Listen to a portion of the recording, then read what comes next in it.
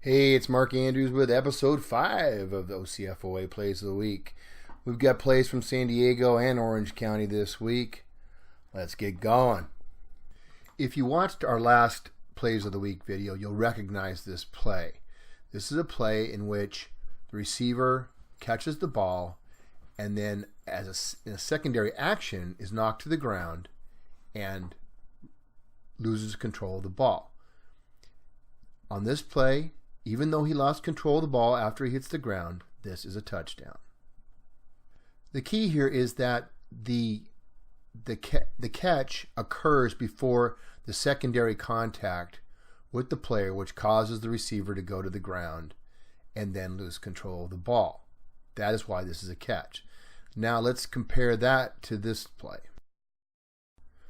Okay, so I want you to compare that previous play to this one, and I'm just going to let this run, and then we'll go back and break it down a little bit.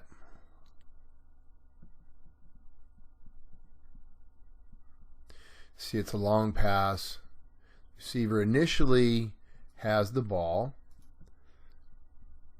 and you can see the back judge there giving the catch signal. Let's go in slow motion here so you can see it again. Now again, what's the difference? Okay, so the receiver here is in the air when he makes the catch. So there is no secondary action here. He hasn't completed the reception. So in this case, he must survive the ground, which he does not do. Now, if for some reason the back judge wants to make the case that this is a reception, then it looks like we have a fumble here, right? So, my advice is, hey, back judges, make it, and flank officials, make it easy on yourself. Just rule this an incomplete pass and move on. There's really no way anybody can argue that this is a complete pass since the ball is on the ground. My flank official isn't even in the picture yet. That's not good. And he is not ruling on that catch. So, that's disappointing. He should be, those two, if they're going to rule that this is a catch, then they should be getting together and really talking about this before they rule this. All right, let's move on.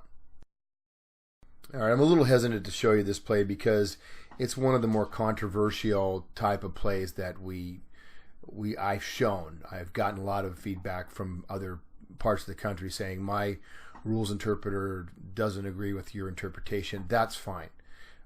If you're in a different part of the country, do what your rules interpreter tells you to do with regard to this. So this is a block below the waist in the free blocking zone in shotgun or pistol. And our interpretation of what constitutes a legal low block below the waist, they have to have these three components. The player performing the block below the waist is in a 3 or 4 point stance. The blocker and the player being blocked are aligned. That's important, and that rarely happens. So that means they're straight up across the line, shoulders line up. The right shoulder of the offensive player lines up with the left shoulder of the defensive player. And the block, number 3, the block is initiated simultaneously with the snap. And that is another area where there's a bone of contention. Our take is that blocking action has to occur as the ball is being snapped by the center. There's no delay. So let's take a look at this.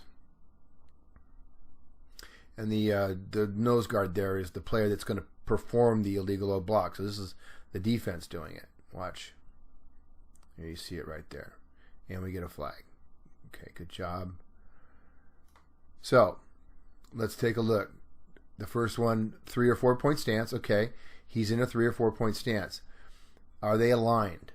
We don't have a end zone view, but I can tell you right now, it sure looks like he's coming in the gap right there, right? And that's the normal action of a defensive player, is he's going to shoot the gaps. And the block is initiated simultaneously with the snap. So let's take a look at this in slow motion. There's a snap. And the ball is right there, and he has just begun to move. So the free blocking zone is already disintegrated, and the movement just hasn't occurred yet. Now, the contact occurs when the quarterback has the ball in his hands. So we're saying that this is an illegal block below the waist. All right. Again, if you're in another state that sees this differently, then follow that guidance. And one of the reasons that you want to shut this stuff down is look at the reaction by the center. He's not happy. These guys do not like being cut like this, and he's kind of laying on him, giving him what for, and this is going to lead to a lot of extracurricular activity if it keeps happening. So shut it down, get it. Let's move on. All right, we're going to see a missed targeting foul here, and let's watch the play, and then we can break down why it was missed. Just going to let you watch it in real time. It'll be really obvious right there. And as you can see, no flags on the ground.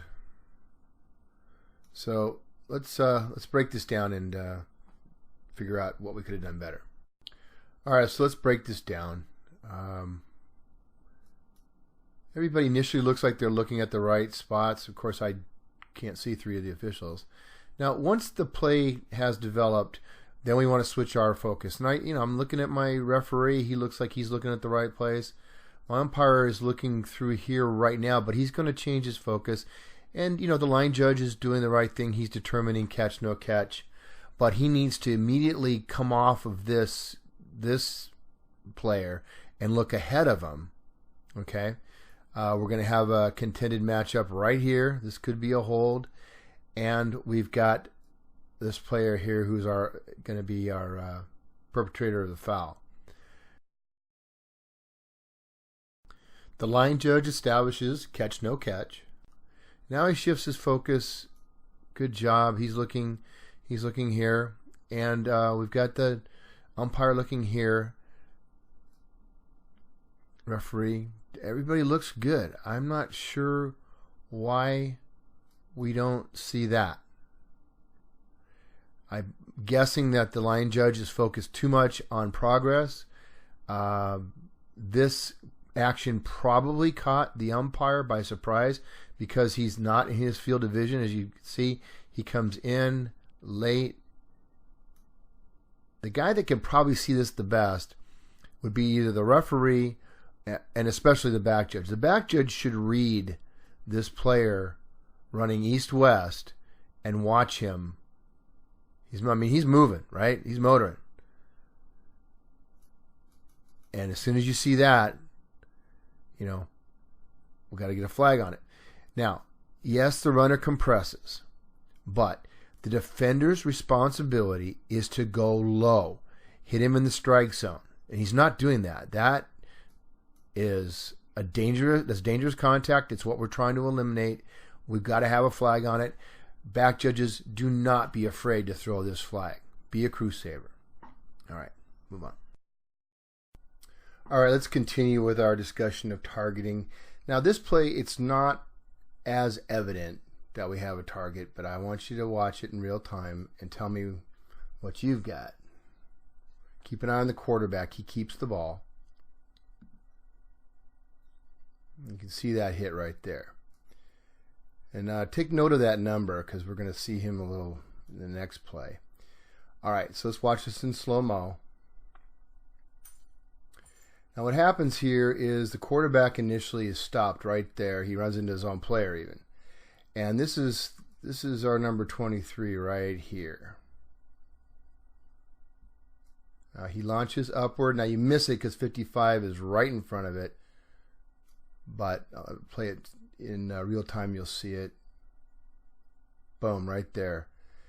All right, so he's basically been stopped and he's defenseless at this point. And 23 comes in and, doesn't aim low, he aims high. We've got to get this. All right.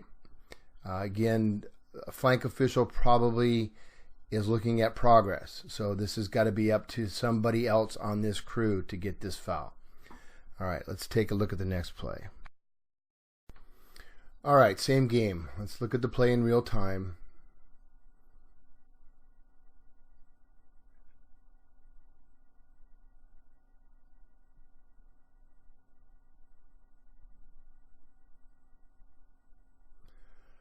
All right.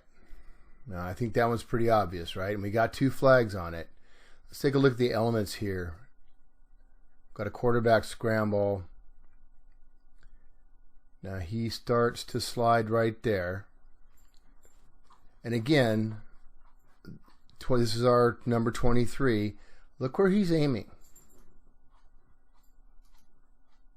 Okay. So we've got helmet contact. This is definitely a targeting foul.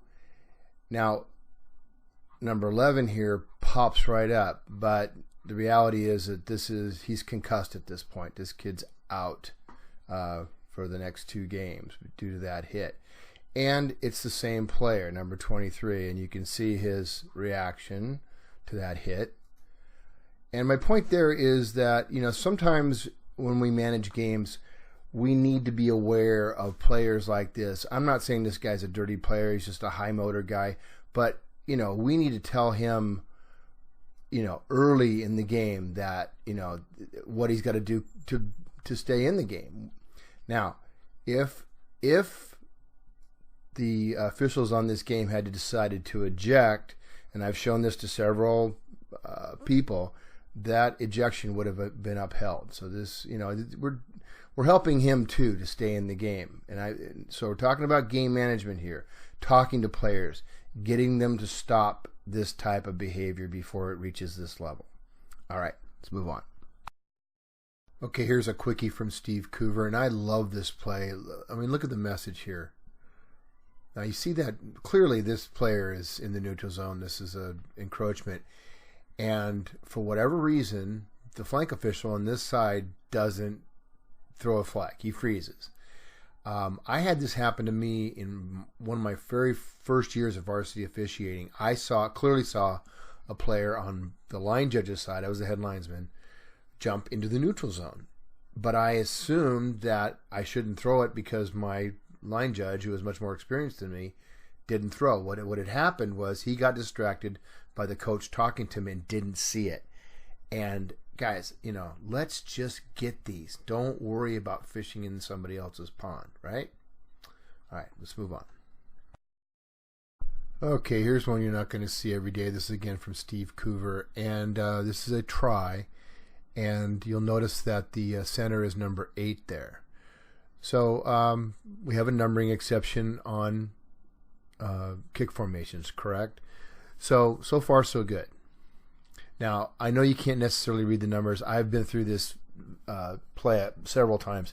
There are 4 players in there numbered 50 through 79. So watch what happens next.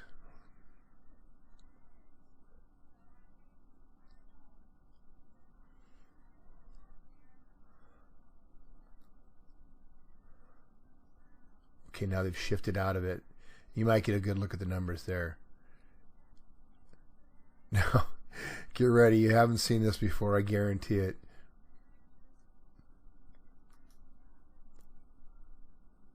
What?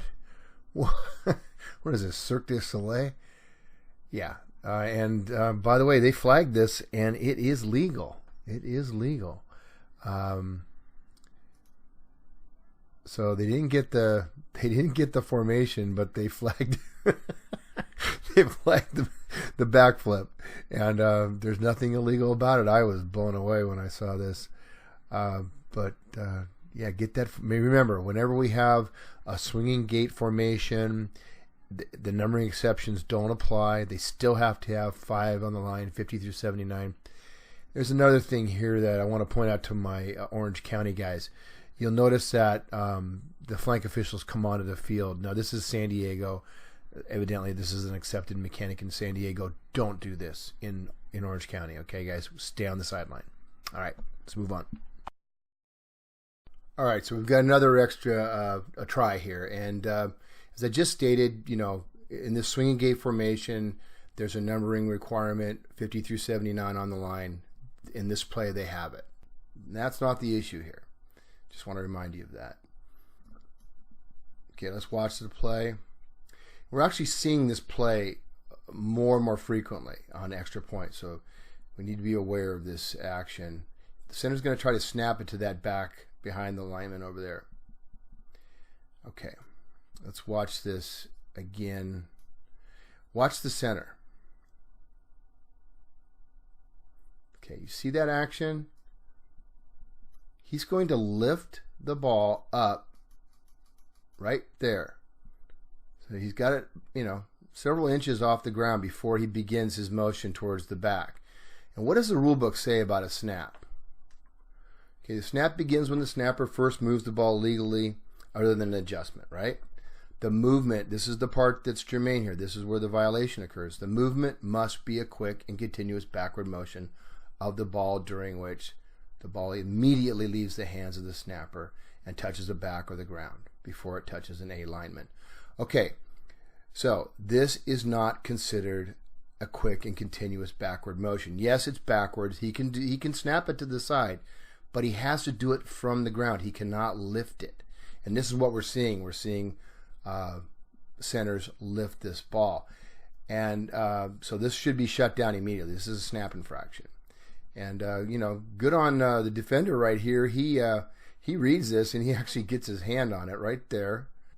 So now we've got a backward pass on the ground, still alive. Once the defense recovers it, the try is over. But the point here is that this should have been shut down immediately, 5 yards tacked on, and replay the try.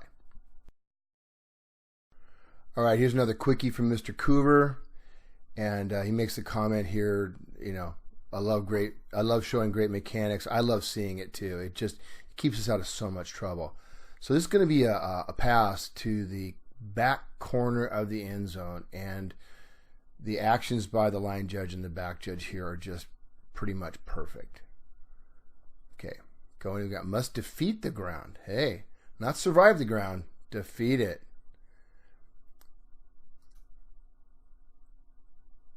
Okay, line judge and back judge check in. There's probably a subtle nod going on here that we're not picking up on this super HD quality film. And they go up together. Awesome job. All right, another one from Mr. Coover. Let's take a look at it. We'll look at his comments. I have some comments of my own on this one. All right, so we've got a short dump pass, right? Our first job is to determine whether this pass is received behind the line of scrimmage or in front of the line of scrimmage. And why is that important? Well, this action right here could be OPI if this ball is beyond the line of scrimmage, right? A can't block B with the ball beyond the line of scrimmage. And we also have, linemen could be beyond line, that isn't the case here. But the point is that this guy right here, look what he's doing. Where is he going? This drives me nuts. I've seen this more than I want to this season. And I've been on games where my partner has disappeared. I'm a head linesman, right? I look up on a loss of yardage, and my line judge is 5-10 yards downfield. Where are you going?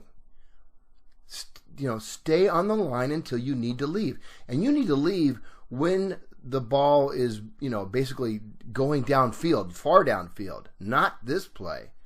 All right? All right, have I ran it enough? Now keep an eye on these two. And, okay, we've got a hold. Now, to this official's credit, he gets it. But watch what happens here. He's trying to find his flag. I'm not sure why he's got his flag buried in his back pocket. Guys, we want him in the front, right on top of the belt buckle. Have the black ball so you can't be seen, but don't keep it in your back pocket.